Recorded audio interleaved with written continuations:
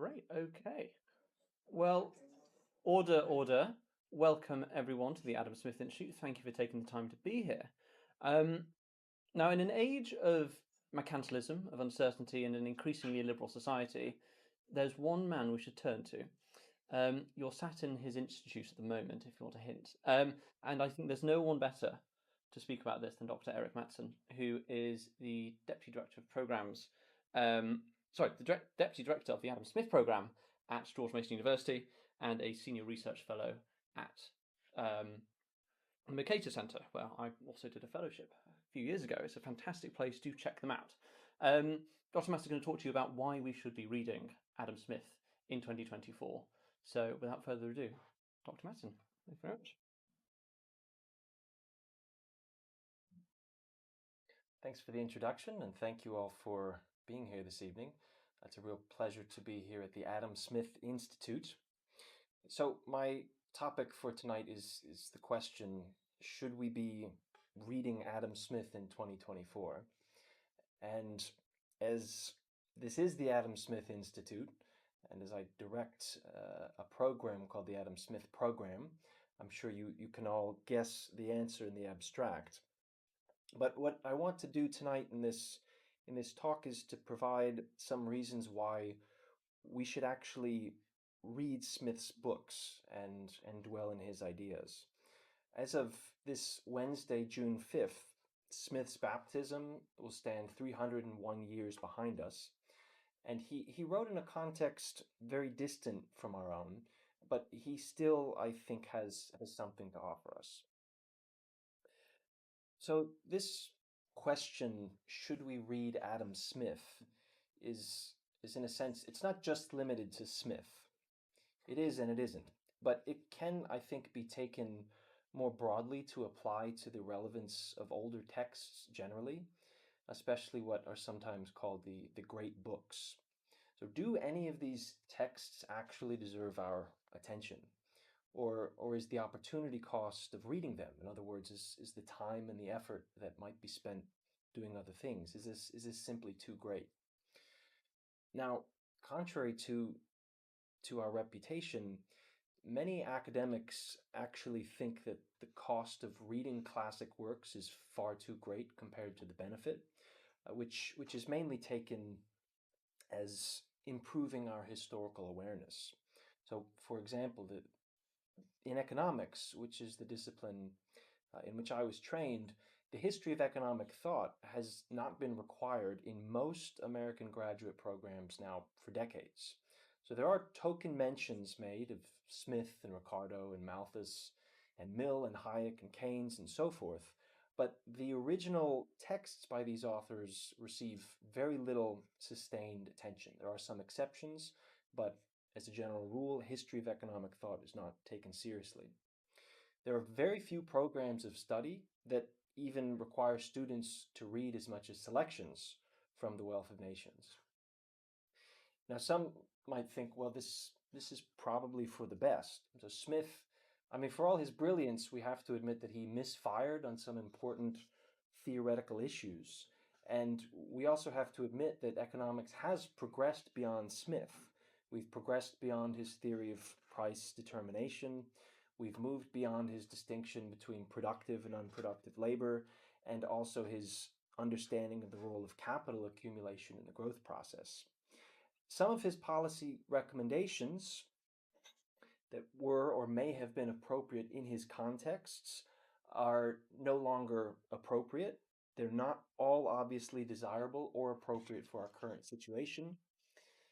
Smith endorsed, for example, interest rate caps and restrictions on the issuance of small denomination banknotes. You could argue, although I'm not sure you could argue convincingly, but you could argue that these were prudent policy options in the late 18th century in Britain, but they are not now.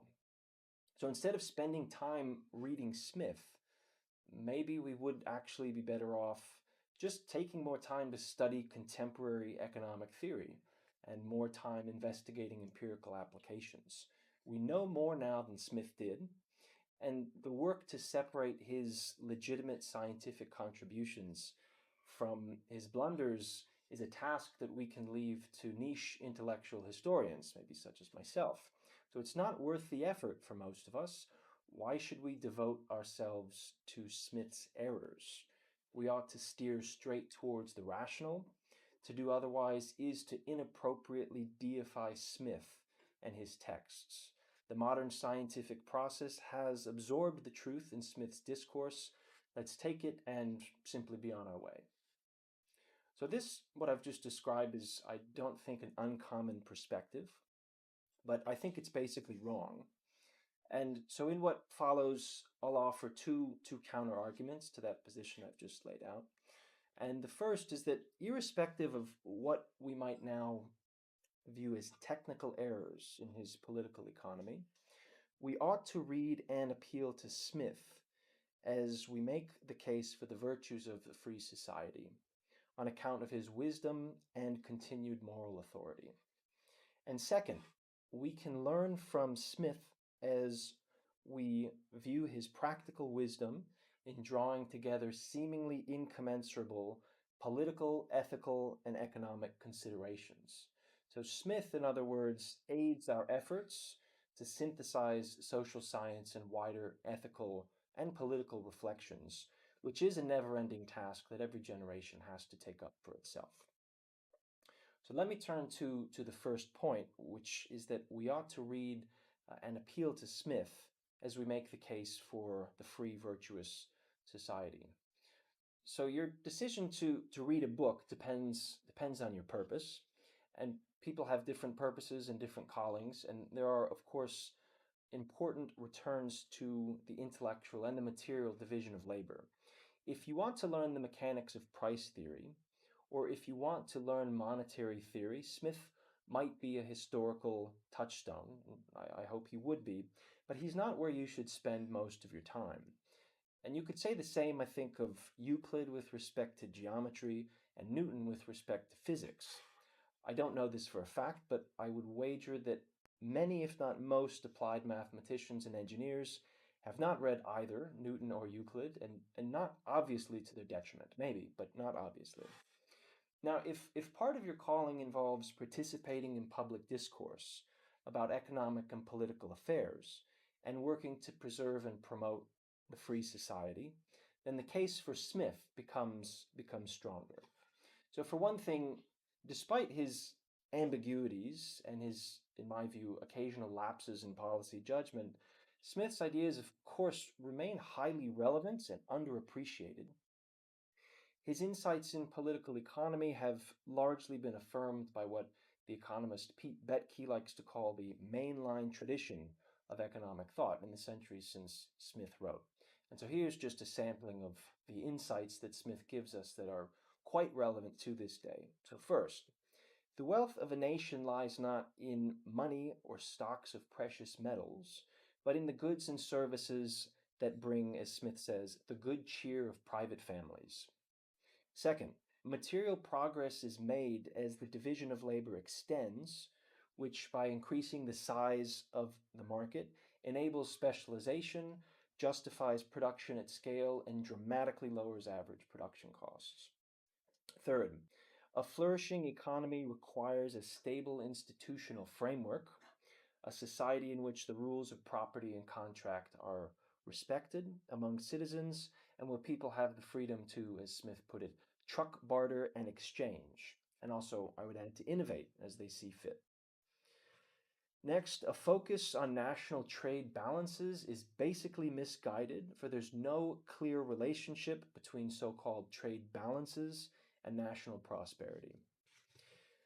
Tariffs, subsidies, government-granted monopolies, and occupational licensing requirements generally serve the interest of existing market incumbents at the expense of ordinary workers and consumers. These regulations are almost always advertised as serving the common good, and they often have popular support, but this is an unfortunate confluence of state capture by said incumbents and economic illiteracy. Successful economic planning requires contextual knowledge of circumstance and opportunity cost, and regulators often lack this knowledge. So this list could go on, and the relevance of these points could be developed and applied to different contexts. But we don't actually need Smith to make these points, right?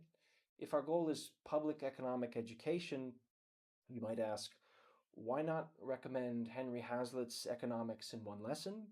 Why not recommend Capitalism and Freedom by Milton Friedman, or Basic Economics by Thomas Sowell, or any number of shorter, more accessible works?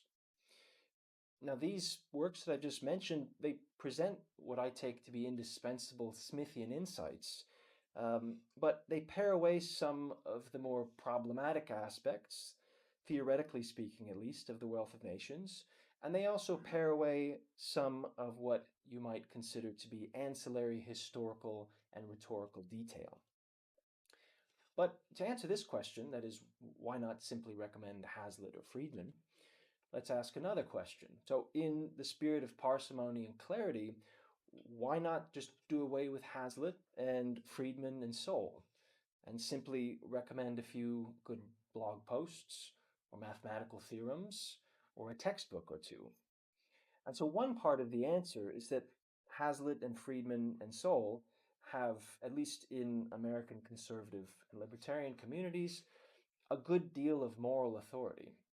Appeals to ideas about school choice, for example, via the work of Milton Friedman, will, for better or worse, often be more effective than the logic of school choice by itself. And this is because we naturally put more stock in a line of thinking if it's endorsed by a person we admire, and that's human nature. And there are some very good reasons to embrace our attraction to moral authority and to consciously cultivate sympathies with great minds. And these reasons, I think, are actually among the most important pieces of the case for Smith and for great books generally. And I'll say more about this in a minute. But for now, I just want to make the point that Smith's name carries more authority than, say, Hazlitt or Friedman and Sowell. And he's thus of greater weight in advancing sound economic and political principles, principles in line with what he called the liberal plan of equality, liberty, and justice. Now, you might say that I'm promoting a dangerous or an irresponsible idea. So to advocate using a thinker's moral authority to speak to present affairs could be seen as instrumentalizing the past and laying groundwork for shoddy intellectual history. And there's something very important to be said for this reaction. We need to proceed with caution, I think, and maintain an awareness of the potential of our own ideological blinders when we deal with history. Each of us, we have the temptation to sort of make our favorite philosophers or remake them in our own image and to round out the inconvenient facts and historical idiosyncrasies of their characters. But the human habit of drawing from past wisdom is unavoidable and again, not altogether undesirable. Our ways of thinking are formed to a large extent by our teachers and intellectual exemplars, either living or historical, whether we recognize it or not. Madmen in authority, Keynes famously said, who hear voices in the air, are distilling their frenzy from some academic scribbler of a few years back. To invoke and to appeal to our authorities explicitly as our fellow travelers is often to articulate something that previously was tacit in our thinking.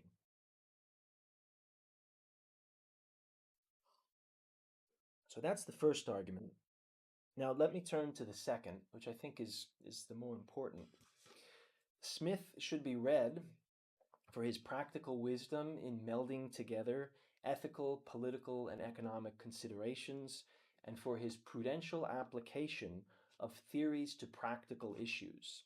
And we can make a case here, I think, for reading the works of great minds generally.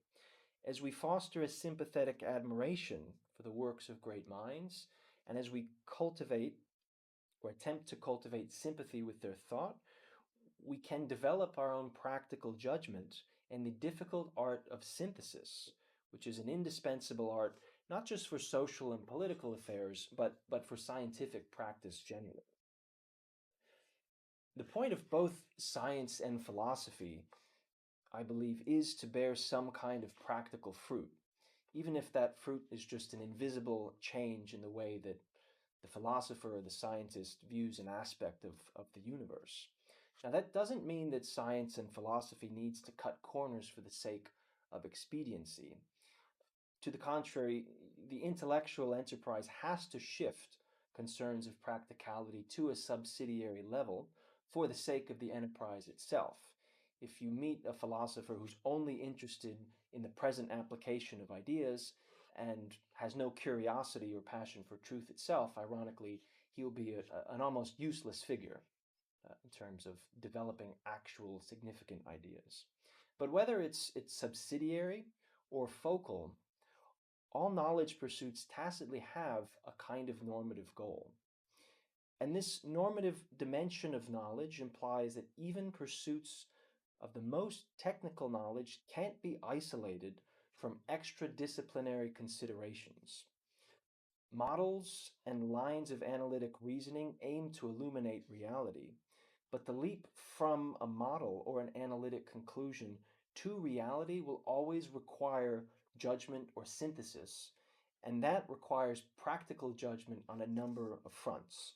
So the leap itself cannot possibly be codified into a precise rule, a set of exact principles, or an algorithm.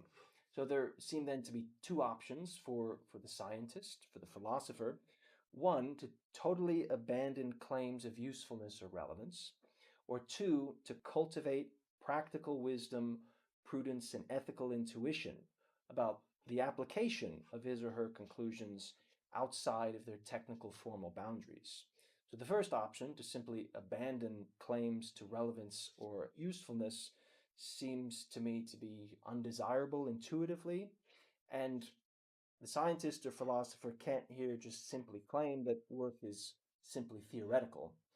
If you claim to be a theorist doing so called theoretical work, you are presumably theorizing about something, and that something will be outside the formal bounds of your theories themselves. And this simply means that the meaning of theory will have to be articulated in broader intuitive terms.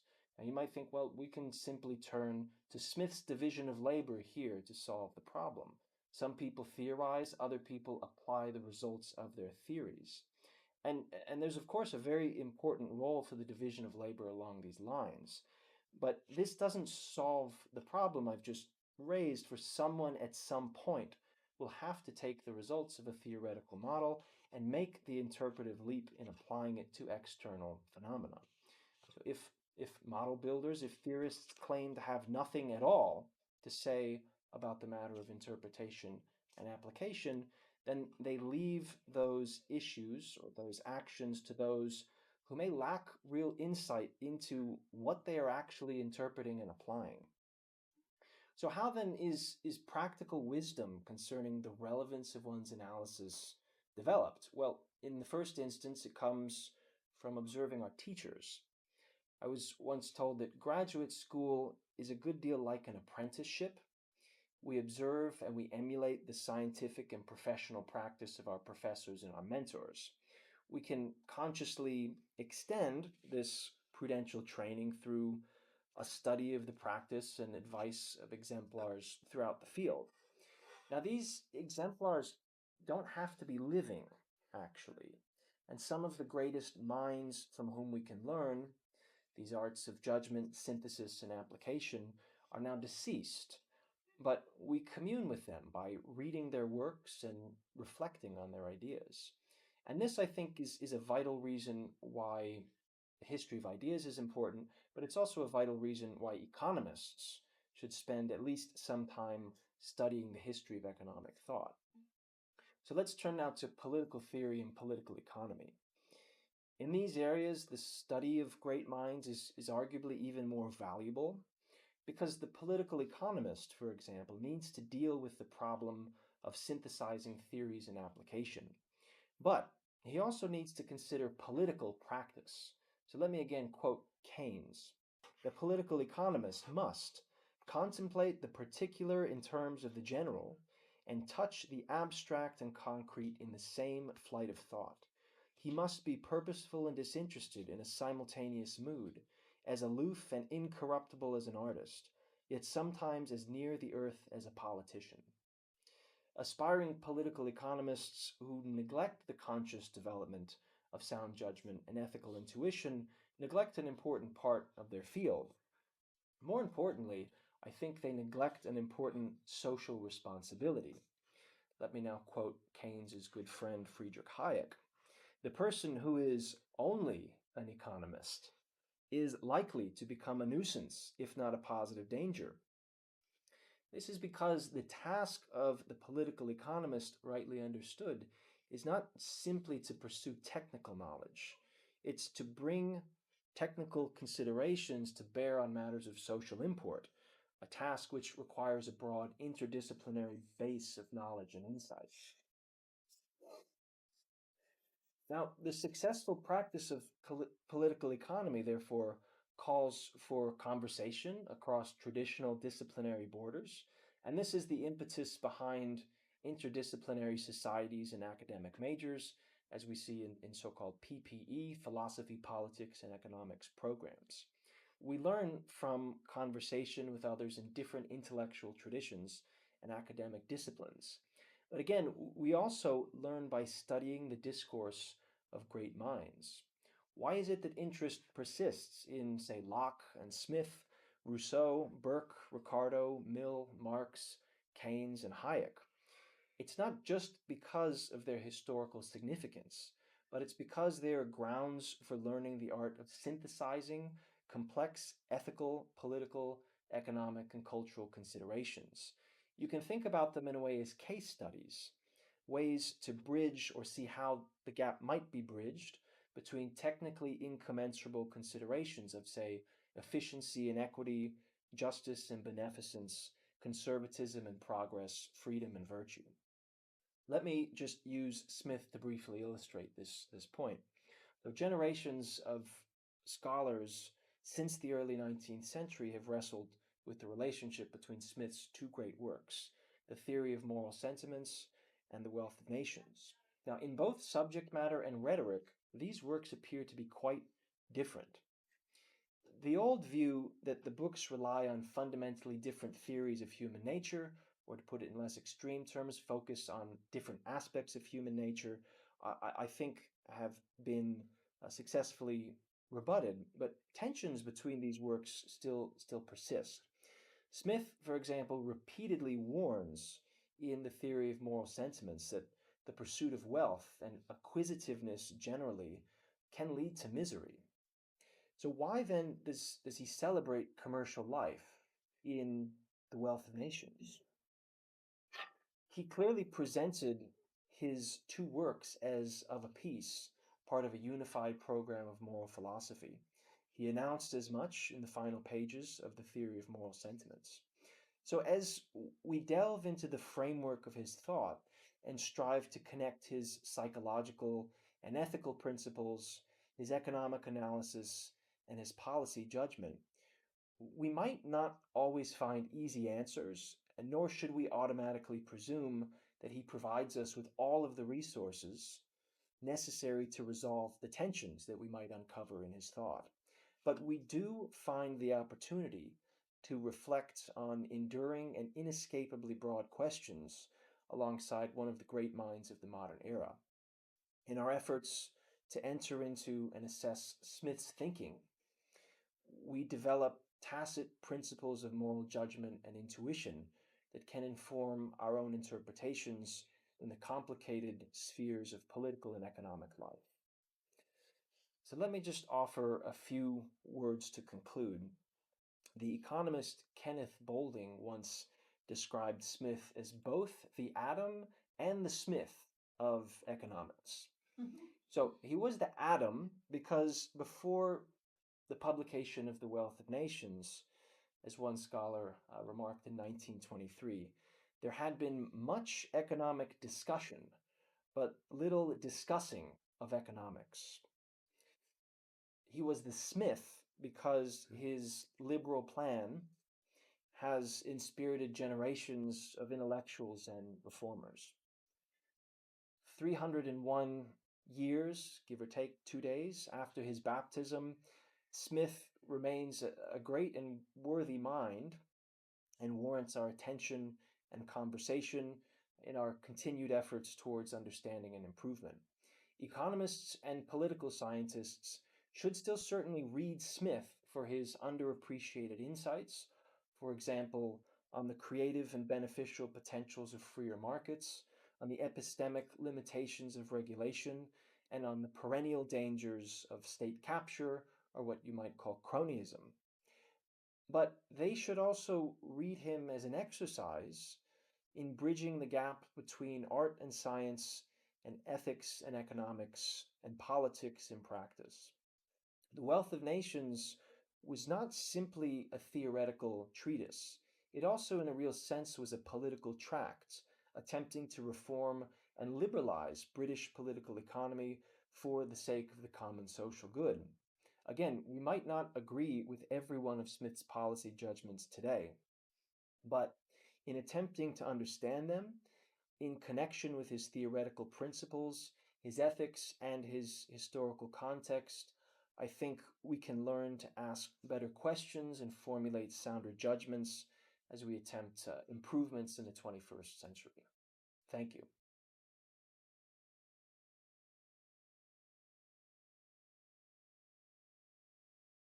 Are you okay for some questions? 15 minutes? Yes, of course. Then can I abuse host privilege? Yes. And I'll ask the question. Many on the left say that Smith was actually a proto-Marxist. He believed in the labour theory of value. He hated landlords with passion, and he kind of ravaged somewhat against, as you said, the wealth. The idea of wealth, even though he did say that consumption was the end good of all production. What do you say to these Marxists and the like? Sorry, I just lost my microphone. What do I say to them? Well, for one, a technical point, Smith did not actually have a labor theory of value. It depends on what you mean by the labor theory of value, but he didn't believe that prices of goods are determined by labor inputs. So on that front alone, he's not a forerunner of Marxist economics. Smith also would have been incredibly skeptical of Marx's philosophy of history. Smith was very skeptical in some respects of grand theory in general, and I suspect that he would have viewed Marxism as a kind of gross attempt to systematize human experience. He referred to men of system in the book The Theory of Moral Sentiments, which applies not just to political planners who want to implement their will on a population and view human individuals as pieces on a chessboard, but I think also in a real sense to philosophers who claim to have an ultimate sense of meaning and an ultimate grasp of the good. So on that front, I think he would have been quite skeptical. There's more that I could say, but I think I'll leave it there. Sort of running off the back of Max's question a bit, I recently wrote a profile on Thomas Paine, and I ran into the problem that I think occurs with Smith as well. That a lot of people take these thinkers' ideas out of context, lose sight of the social dynamics. Like Max was saying, Smith had this problem with landowners, but landowners at the time were in the manorial system, running off the back of the feudal system, essentially. Very, very different context to today's wealthy Yeah, people. So, yeah. and then people take Paine's ideas about redistribution or Smith's ideas and apply them to today's cultural, economic context. I agree with you that these thinkers should be read more. Do you think there's more we can do to educate people about the context they were writing in and accurately transpose those ideas to a modern setting, which applies even to older thinkers going back to Cicero, Aristotle, however far back you go, properly contextualizing those ideas? Yeah. I think contextualizing thinkers is very important. I think they should be read. The books should be read, not sort of skimmed for quotable moments, which I think is what tends to happen more often than not when we see Smith or Ricardo or even Marx cited or quoted in op-eds or even in academic articles. So I do think emphasizing the point that we need to contextualize their ideas is a good one. Many of the, I mean, I don't know how to do that, to be honest. Many of the quality editions of some of these primary sources that we have very nice scholarly introductions that lay out some of the historical context. And so that's, I think, something that you can point people to. I mean, I also think that in our discussion of these thinkers, we need to make the point that to not sort of deify them. Just because Adam Smith said something, it doesn't mean that it's necessarily a good thing. So we have to view, in my opinion, these thinkers as kind of partners or potential collaborators, facilitators of discussion. So to say that Smith said X doesn't mean that the conversation ends there. So my view is that we ought to promote the reading and the discussing of these works, which involves looking at the ideas, looking at the context, and trying to have a productive conversation about how that applies today. Thank you. Yes, you mentioned Keynes, whom I first encountered actually as the husband of a ballerina. Mm-hmm. But Keynes famously said, when asked by politicians, what about in the long run? And he responded, in the long run, we're all dead. What do you think Adam Smith may have responded if he'd been asked a similar kind of question about his economic views? He probably would have said, you might be dead, but your children won't be. It's the short answer. I think it's a good one. Does a greater historical awareness of socioeconomics or constitutional developments, etc., not help us realize just what a load of bullshit is talked in contemporary terms? Yes. Thank you. And Adam Smith is useful in that direction. Yes. In certain ways. Yes, absolutely. I think Smith was brilliant. Don't get me wrong. For all my discussion of some of his what I consider to be technical errors, there's no doubt that he was brilliant and he perceived deeply and understood sort of what ailed society at his time, and his insights are perennial in my view. So Smith absolutely helps us in that regard. So that's basically the classical case for reading Smith, which is that he's a brilliant man who exposited these timeless, what I take to be timeless truths of economics. And so I think that's absolutely correct. If Adam Smith was here today, which modern day economist do you think he would have the most respect for? And which modern day lawmaker do you think he would have the most respect for? I don't know the answer to the second question. So I'll plead ignorance on that front. I will say he admired Edmund Burke and amended The Wealth of Nations in light of a criticism that Burke advanced, which was that essentially in discussing tariff reform, Smith was too far away from the realm of practice. So in subsequent editions of The Wealth of Nations, he added a passage basically indicating that certain policy reforms were maybe not the best possible, but maybe what could be hoped for given the circumstances. So that gives you some sense of what Smith looked for in politicians or statesmen. He also admired George Washington quite a bit. In terms of modern economists, I mean, there are many economists that I know who I hope Smith would admire. Maybe Vernon Smith, who is the Nobel laureate, who has worked to bring Smith's insights in moral and social psychology to bear on economic theory. So that's sort of been his project for decades now. And he's really done pioneering work in experimental economics and working to unify and to reintegrate economics, ethics, and psychology to a large extent. I think Smith would admire people who work in that vein and who attempt to reintegrate some of these academic disciplines that have splintered apart in the 300, 250 years since he wrote. Lots of people say that Adam Smith was the father of economics, but if you go outside the Anglo-Saxon world, outside of the UK and the US, people often try and find other fathers of economics or mothers of economics who came before Smith, and surely they had all the great ideas first. One example is we recently hosted a lecture focused on Islamic finance, and the speaker at that cited various from hundreds of years before.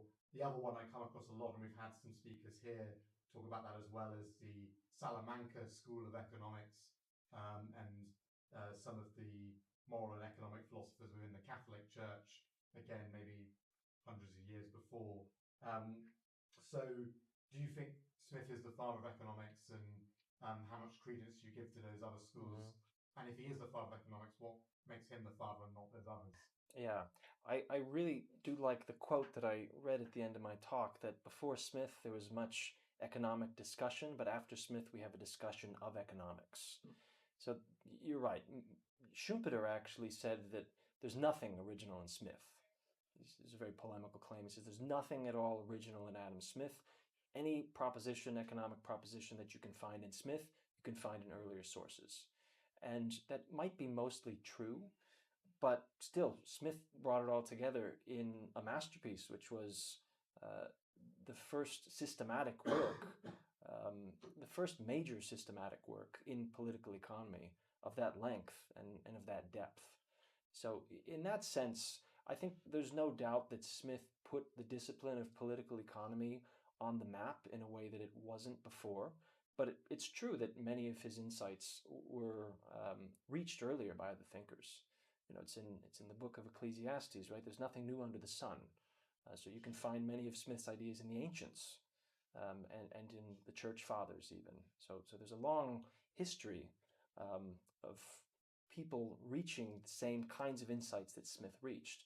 But the other issue is that now that we see the issues that Smith discussed, are we just reading them back into older thinkers? That's another interesting question. Like, once you know something, you think that it's obvious, and then you can reinterpret past thinkers and think, aha, he was aware of the knowledge problem or the epistemic limitations of regulation.